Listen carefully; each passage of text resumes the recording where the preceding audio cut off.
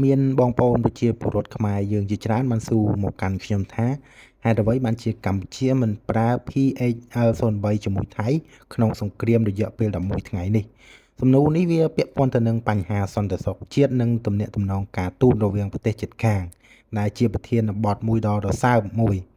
ការដែលកម្ពុជាមិនប្រើប្រព័ន្ធកាំភ្លើងធំចម្ងាយឆ្ងាយ PHL-03 ក្នុងចំនួនដ៏តានតឹងជាមួយថៃអាចមានមូលហេតុសំខាន់មួយចំនួនដូចខាងក្រោមទី1គឺទំនាក់ទំនងការទូតនិងសន្តិភាពក្នុងតំបន់កម្ពុជានិងថៃគឺជាសមាជិកអាស៊ានដូចគ្នាគោលការណ៍គ្រឹះរបស់អាស៊ានគឺការដោះស្រាយបញ្ហាដោយសន្តិវិធីនិងជៀសវាងការប្រើកម្លាំងបាយការប្រើប្រាស់អាវុធធុនធ្ងន់និងទំនើបដូចជា PHL-03 អាចធ្វើឲ្យចំនួនតូចតាចរាលដាលទៅជាសង្គ្រាមទ្រង់ទ្រាយធំដែលប៉ះពាល់ដល់សេដ្ឋកិច្ចនិងស្ថិរភាពទាំងមូលនៅក្នុងតំបន់2យុទ្ធសាស្ត្រការពារខ្លួនជាជាងវាយប្រហារគោលនយោបាយការពារជាតិរបស់កម្ពុជាផ្ដោតសំខាន់ទៅលើការការពារបូរណភាពទឹកដី PHL-03 គឺជាអាវុធដែលមានសមត្ថភាពបាញ់ឆ្ងាយរហូតដល់150គីឡូម៉ែត្រការយកវាមកប្រើប្រាស់នៅក្បែរព្រំដែនអាចត្រូវបានគេមើលឃើញថាជាការបង្កហេតុ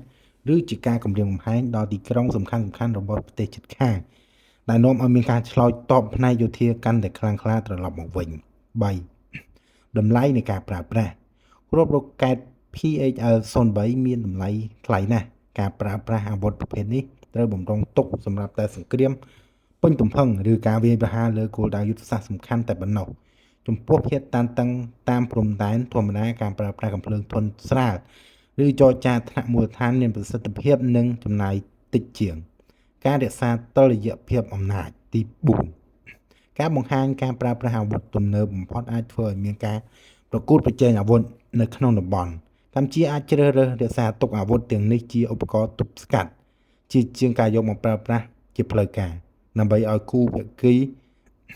ធ្វើការមិនហ៊ានរំលោភបំពានសរុបសេចក្តីមកការមិនប្រើប្រាស់មិនមែនមានន័យថាមិនមានសមត្ថភាពនោះទេប៉ុន្តែគឺជាការ